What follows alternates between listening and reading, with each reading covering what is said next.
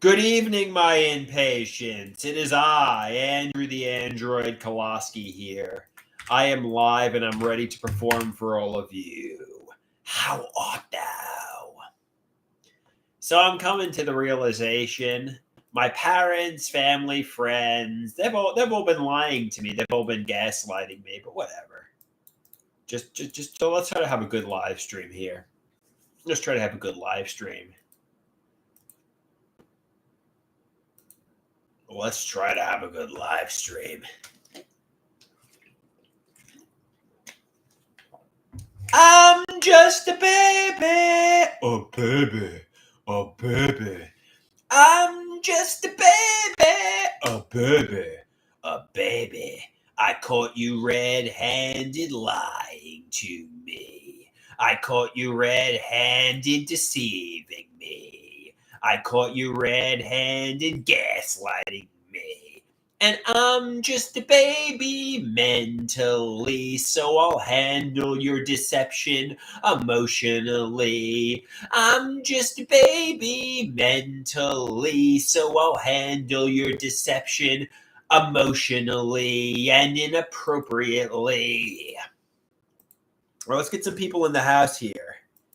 And basically, I just want the truth. I just want honesty and transparency. I just want honesty and transparency. But apparently they're telling me the truth. You know.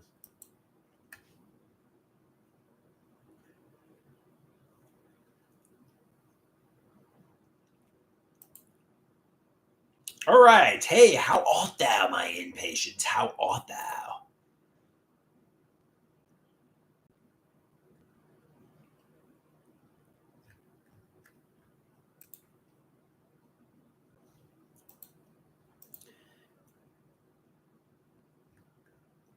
Can somebody tell me the truth? Can somebody tell me what the hidden realities and secrets are, please?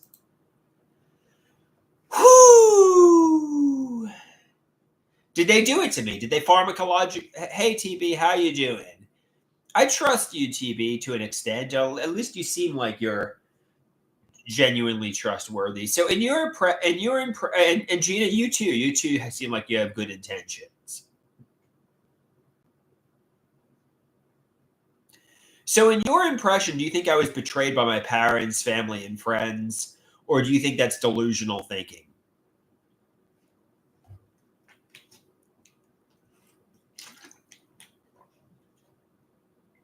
In your impression, TB, because TB and even Gina here, we got two loyal people here. We got two people that I trust, relatively speaking. In your impression, Gina says, your parents seem kind. You weren't abused, as far as I'm concerned. Okay, fair enough. I think, obviously, maybe there were hidden realities, and maybe my, mother and stepfather wanted to get revenge on me for the intergender wrestling that took place 20 to 25 years ago. And it was kind of like a revenge is a dish best served cold kind of thing, where, they waited and they needed to give me a receipt for the intergender wrestling. That's my thought process here. They wanted to give me a receipt for the intergender wrestling that took place in my youth, and they basically gaslit through coercive control into giving me an HIV accident and pharmacologically abusing me. That's my thought process. Somebody says it seems like you're paranoid. Somebody says if your parents wanted revenge on you for the intergender wrestling, why would they wait 25 years? Or like, why would they wait that long? That's a good point. Maybe it's because when they did initially intend to do it, I was just having a mental breakdown and there was just no good time to do it. Because basically, I was having a mental breakdown from having gotten bullied. So basically, they wanted to do it in 2008, then they wanted to do it in 2011, then I had a mental breakdown, then they wanted to do it in 2015, and I was still nuts. So like, all right, 2020 is the time to do it. And but apparently that's not so. Basically, I think the whole HIV prep stepping on something was done by my mother, stepfather, and my stepfather's family. I think that's my suspicion. I think they orchestrated the whole thing. I think they betrayed me, and my family's involved too.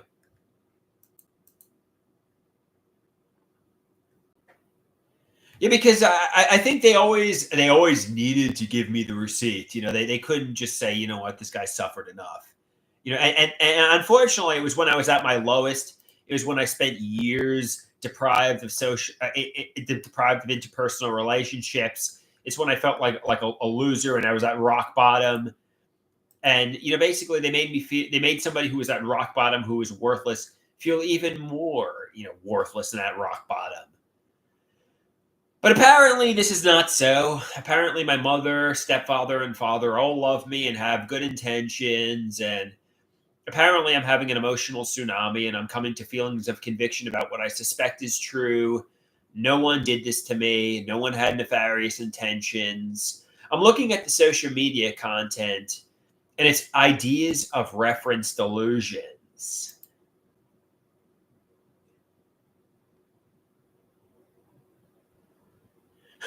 Somebody asks, do you think your parents could contract schizophrenia from you bullying them all the time? Well, I mean, I know I was developing socially in my middle school and high school, and I think my lack of interpersonal relationships and lack of social development at a time in my life when I was vulnerable is the reason I developed schizoaffective. So I guess it's possible. I don't really know. I'm not a psychiatrist. You'd have to ask the best in the business at psychiatry. But yeah, no, I know some people have a lot of theories about what brought out my schizoaffective disorder. And I think some of the theories are obviously the bullying. Getting bullied at an age when I was young and vulnerable, and I think that's a theory. I think trauma and bullying can bring out schizophrenia. Yes. So the answer to your question is yes.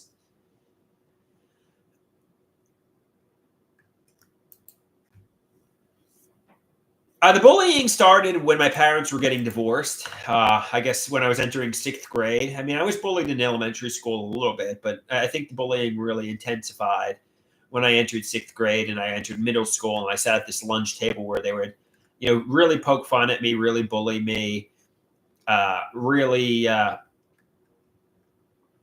you know, really ridicule me.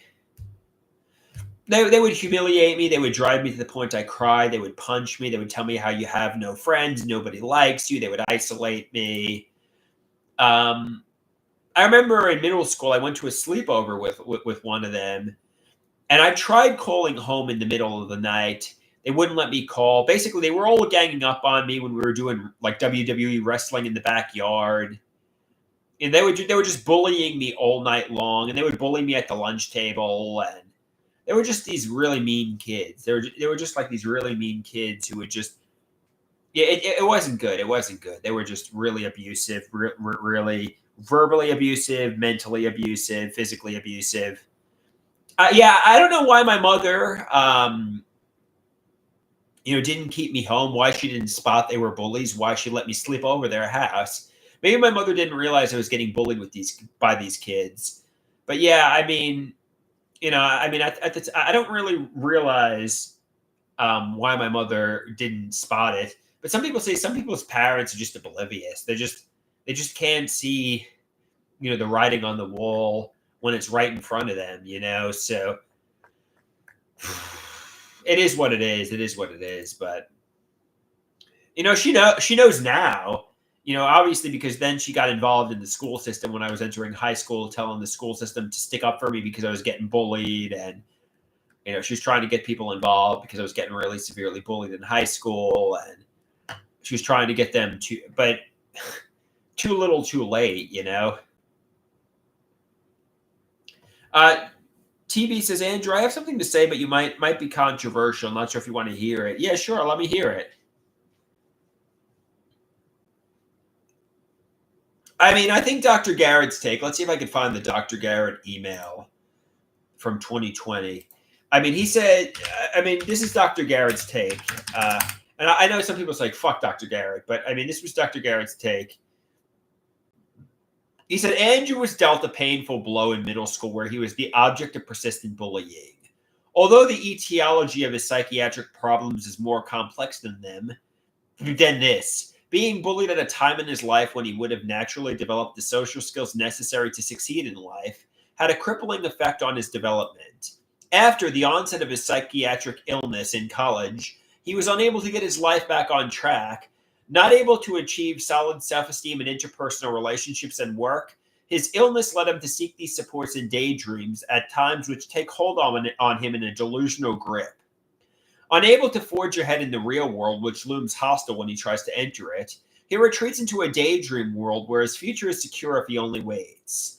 He said this in 2020. He said, for example, he believes himself to be a comic genius who will be discovered by a celebrity like Taylor Swift or the Disney organization, who at some point will step forward from behind internet avatars with whom he dialogues to invite him to success, celebrity, and secure independent life. Blah, blah, blah, blah, blah.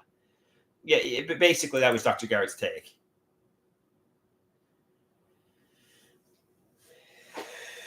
Dr. Garrett's take was the bullying had a crippling effect on my social development.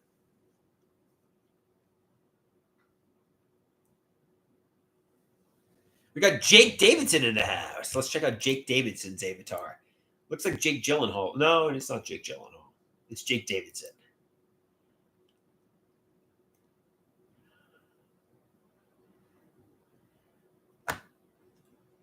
Somebody says, sometimes I hear something about your parents and it sounds like a delusion or an exaggeration. Is it possible your memories of bullying are delusions too? No, I mean, when it comes to when it comes to the bullying, it's confirmed and corroborated by others. I have a crystal clear memory of it. I think when I like, for example, when I would say my father or stepfather or parents sexually abused me, I don't have a memory of it. I don't have a memory of getting, raped in my childhood, So when it comes to the bullying, I remember getting physically punched. I remember getting laughed at to the point I cried. It's confirmed and corroborated by others. It definitely 100% happened. When it comes to getting raped by my father, I say, oh, it took place at the Syosset Firehouse, or there was, I don't have any memory of it really, So that it's vague. I feel it to be true, but there's really no, I basically, when I really think about it, know what's a delusion and know what's not a delusion, because usually the delusions are vague. There's no real memory of it. When it comes to the bullying, I can describe it in great detail. It's confirmed and corroborated by others. It's just 100% fact.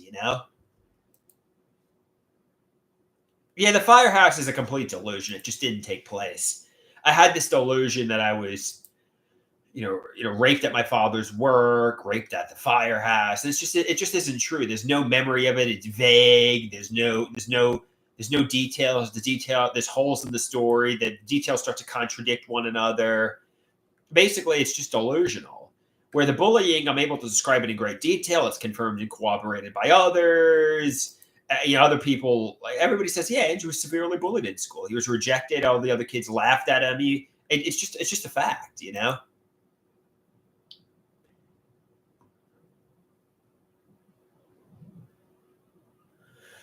So my first hospitalization, I was diagnosed with OCD and delusional disorder.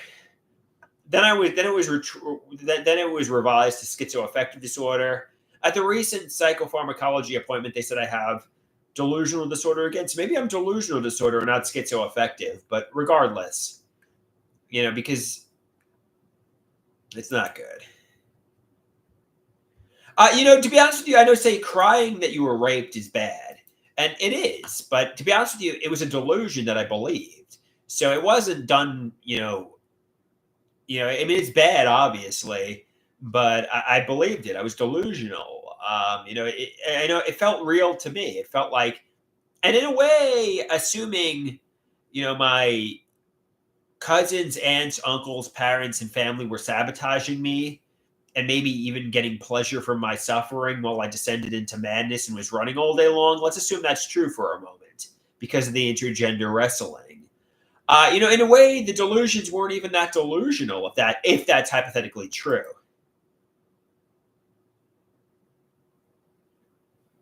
So maybe they were getting sadistic pleasure from my suffering. They didn't rape me necessarily, but maybe metaphorically they did. Maybe they were getting pleasure from my suffering. Maybe I was scapegoated for the intergender wrestling, and they were getting pleasure from my descent into madness. So I mean, that's a theory, right? So he says they were delusions. Your mother, father, and stepfather all always had good intentions.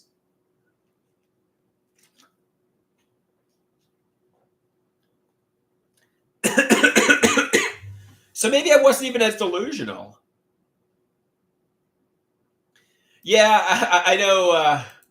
Let me read to you the metaphorical rape. Let's see if I can find Dr. Garrett's. Let's see if I can find Dr. Garrett's email about metaphorical rape.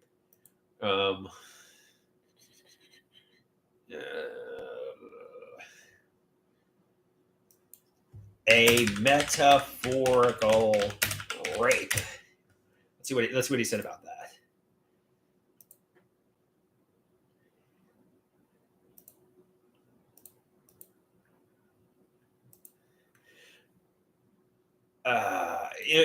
Basically, Dr. Garrett's take on a metaphorical rape was, it was a metaphor I came up with. I had not been raped. I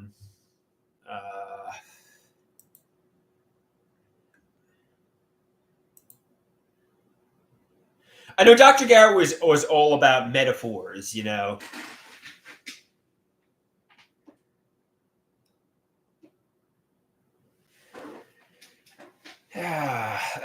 think. Let's see if I can find the Dr. Garrett email about I'm trying to find a Dr. Garrett email about metaphorical rape, but it's buried in my emails. I'm sorry, guys.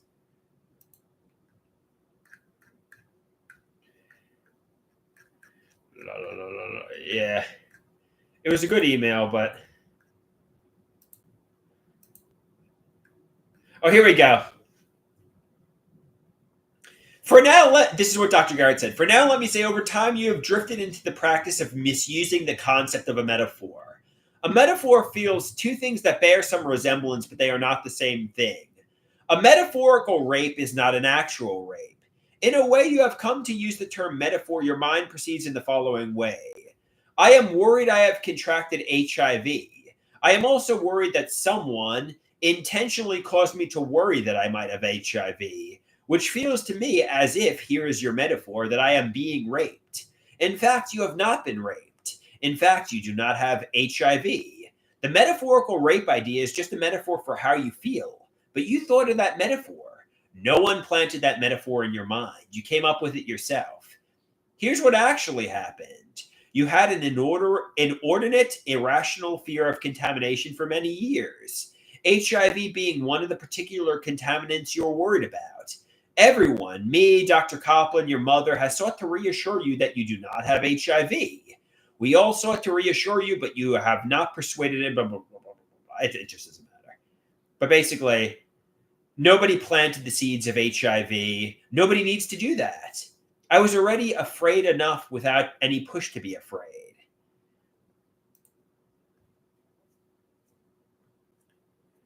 No, I do listen to the professionals. I'm having a little bit of a tsunami. I'm doing good.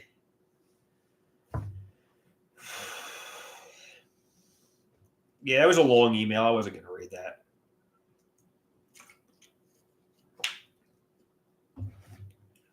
Metaphorical rape.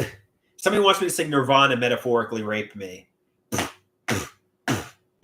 Bam bam bam bam bam bam bam bam bam bam bam bam bam bam bam bam bam bam. Metaphorically rape me. Metaphorically rape me, my friend. Metaphorically rape me. Metaphorically rape me again. Am I the only one? Somebody asks, am I going to go back to the psychosocial clubhouse? Well, there's a few people there that I don't know if I'm on good terms with them or not. But I think it would be a good idea. It would certainly be good to meet people there, you know?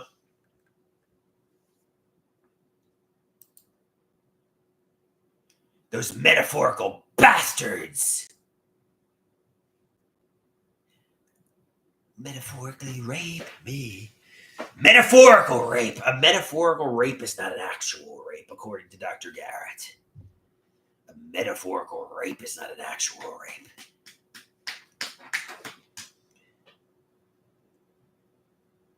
Somebody says, the more I hear Dr. Garrett, the more I think he's a fellow loony.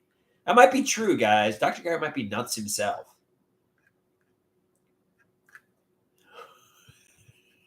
He might be the craziest person. Somebody says, most therapists are.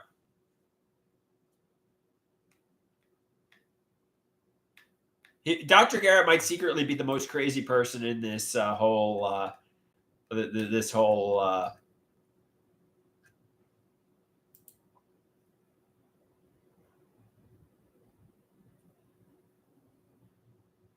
Raisin says, good to see the decline is still in full force. Andrew continues to not try to be better.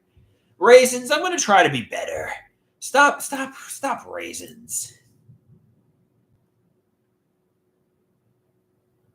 Stop it, Raisins.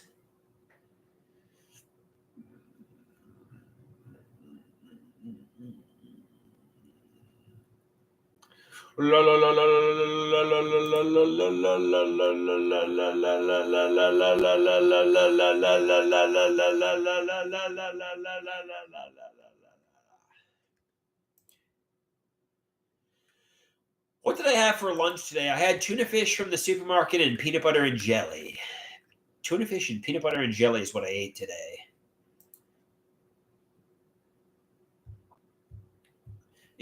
Kyle says, if you want to be better, turn off the stream and go back to programs and therapy.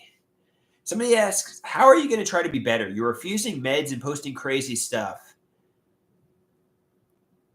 Abilify says, the decline has been quite entertaining. The Bukkake thing was great.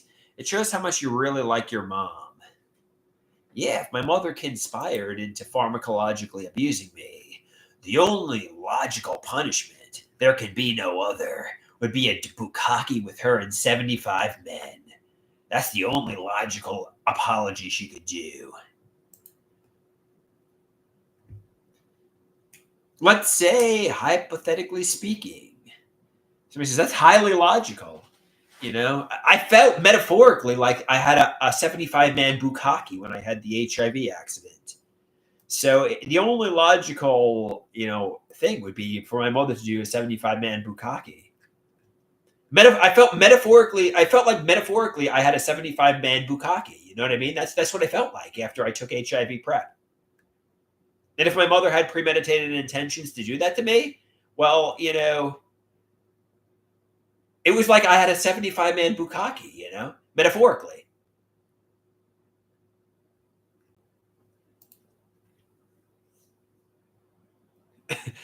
So is it possible to feel anything metaphorically? Yeah, you can pretty much say anything metaphorically.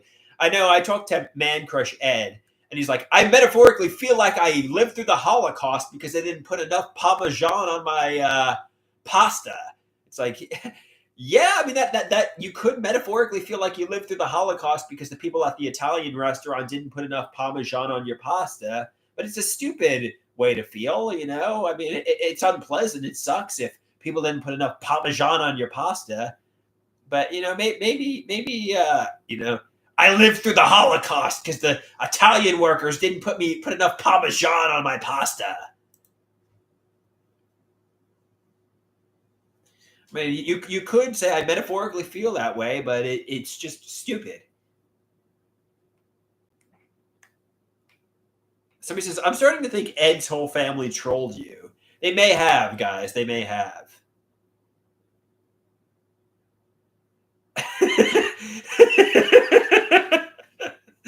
I metaphorically lived through the Holocaust because they didn't put Parmesan on my pasta.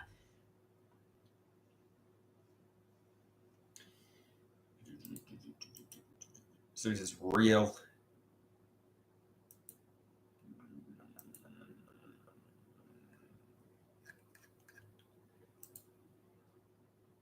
Somebody asked, who had it worse, Anne Frank or Man Crush Ed? Well, I had it worse than Anne Frank, obviously. I don't know much about Man Crush Ed's personal life, but I'm gonna say Man Crush Ed had it better than Anne Frank.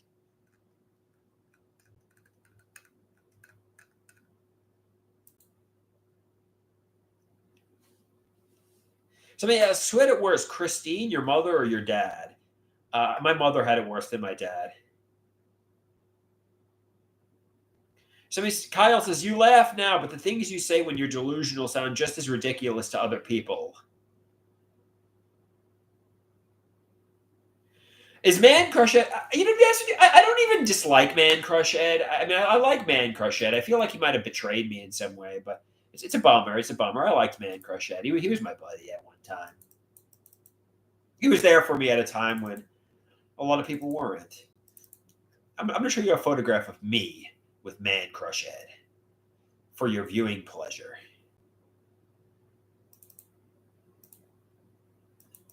This is me with Man Crush Ed.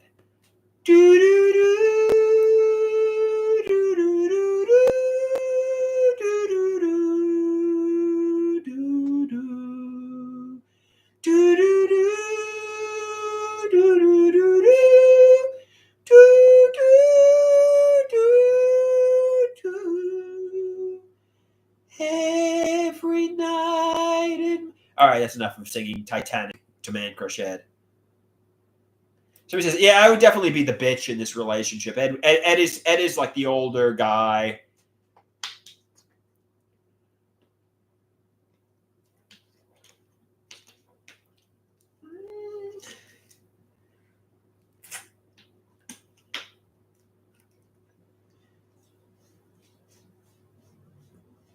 Yeah, Ed wasn't my social worker, but you know, in a way, I talked to him like he was a therapist. Yeah.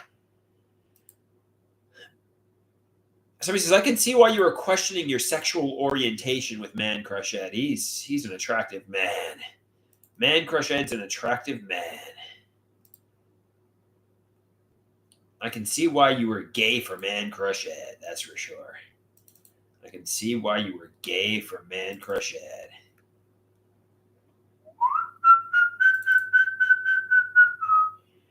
I got more pictures of me with Man Crush Ed here. Me with Man Crush Ed.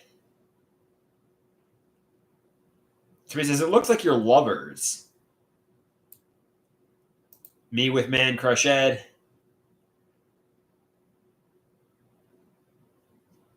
To be honest with you, I'm looking for a woman, not Man Crush Ed, to come back into my life. So he says, you look very proud in that one. You look very proud that you and Ed. So he says, it looks like you're a little too gay here. Yeah, no, I mean, the sexual tension with Man Crush Ed got so intense. You know, it really felt like you could cut the sexual tension with a knife. It was bad. It was pretty bad. But I dig him. He's a good guy.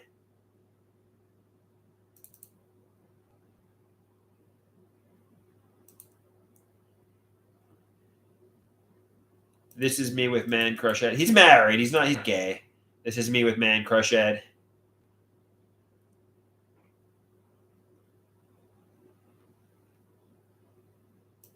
That's me with Man Crush Ed.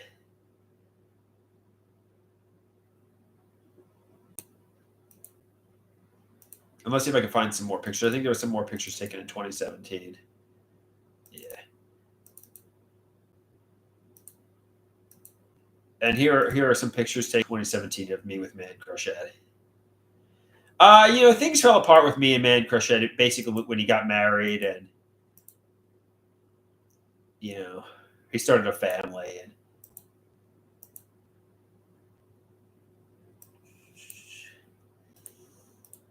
yeah.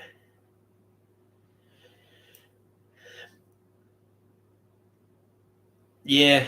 And that's basically I like him. I genuinely like him, but I got a little gay for him, you know.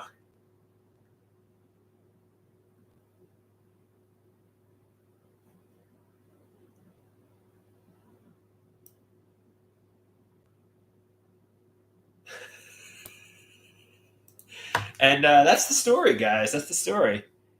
Because you look like you're a super gay couple in those pictures. So he says, "A little gay, bro. You were singing 'My Heart Will Go On' to a picture of Man Crush Ed. You are more than just a little gay for Man Crush Ed."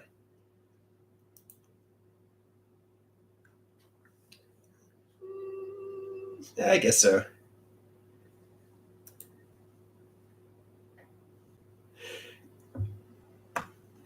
All right, guys.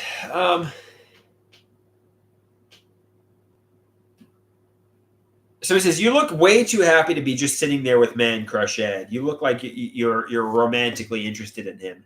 Yeah, no, I definitely was, and that's the reason the friendship ended. Quite frankly, because I got gay for him.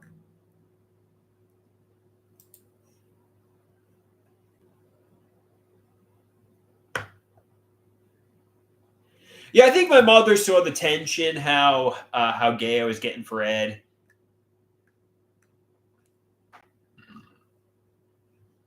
But that's okay.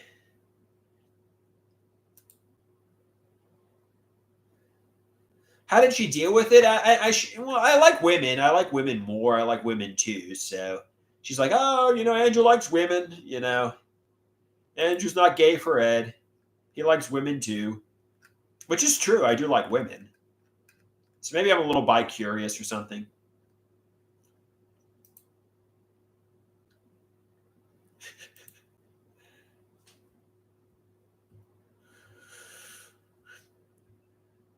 Somebody says, "Do you like women as much as Kel likes orange soda?" Yes, I do. I do. I do. I do. Ooh, I like women as much as Kel likes orange soda. That's for sure.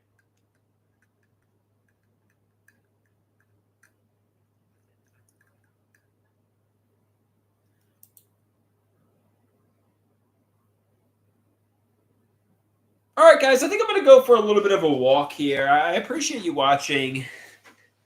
I appreciate you watching me. So I gotta make a Patrick Pelican. I gotta make a PP. And to be honest, I somebody says, "All right, just make a Patrick Pelican." Okay, I'll be right back. Be right back, guys. Don't be scared. I'm gonna make a Patrick.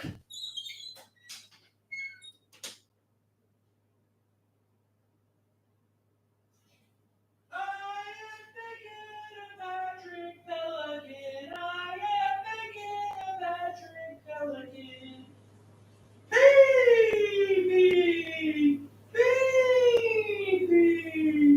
baby, baby.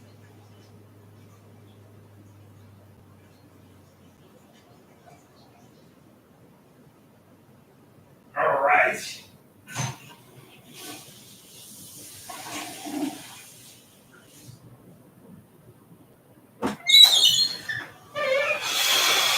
All right, I'm back, guys. I'm back. Some people want me to go a little longer. Come on, raise. Oh, here we go.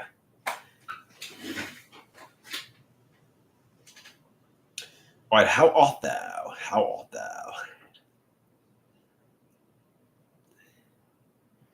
So he says, "You would never let Man Crush Ed in the lurch." Well, I mean, when it comes to Man Crush Ed, um, yeah, I mean, I know back in 2017, let's say like if Man Crush Ed said, "Oh, you want to go to hang out at Buffalo Wild Wings," I would just drop everything I'm doing and drive right there. I'd make a beeline right for Buffalo Wild Wings. But now I'm kind of like, a lot of time has gone by, so maybe I would make a beeline and drop everything I'm doing and just make a beeline for Buffalo Wild Wings. You know. But if the year was 2017 and I got a text message from Ed, "Want to go to Buffalo Wild Wings?" I would drop everything I'm doing, hop right in my car, go right to Buffalo Wild Wings.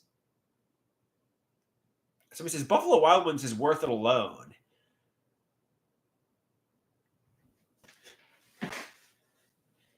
But yeah, it's never going to happen, quite frankly. He's married, he's got a family.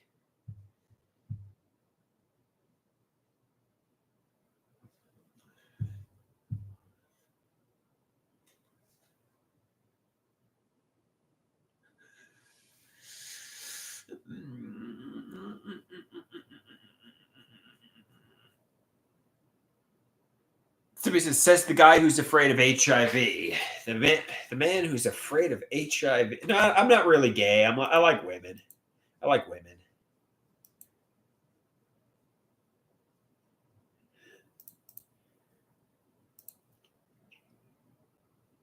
Yeah, Ed's wholesome, pure, and clean. Yeah, that's my impression of him, at least. I don't know what goes on in his personal life.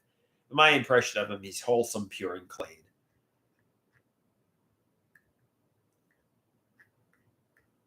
I don't know much about his personal life, but my impression is he's good.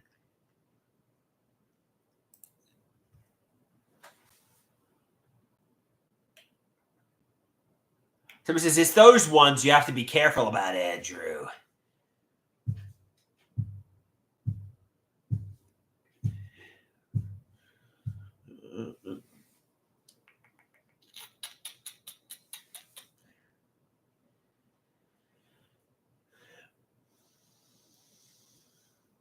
So he says, what if he was wholesome and has people tied up in his basement? I don't know, Gina. I don't really know. I don't really know. Maybe you're right. Maybe you're right.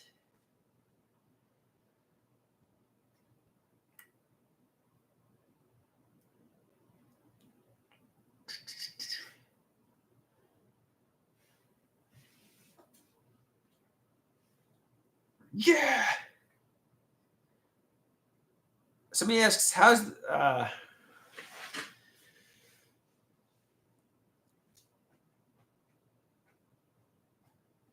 all right. All right, guys, I think I'm going to get going here. Thanks for watching. Thanks for watching.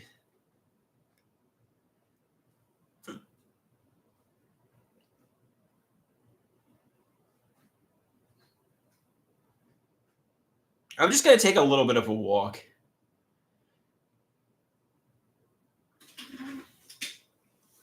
Oh. All right, peace out, my impatience. Peace out. Adios, amigos and amigas.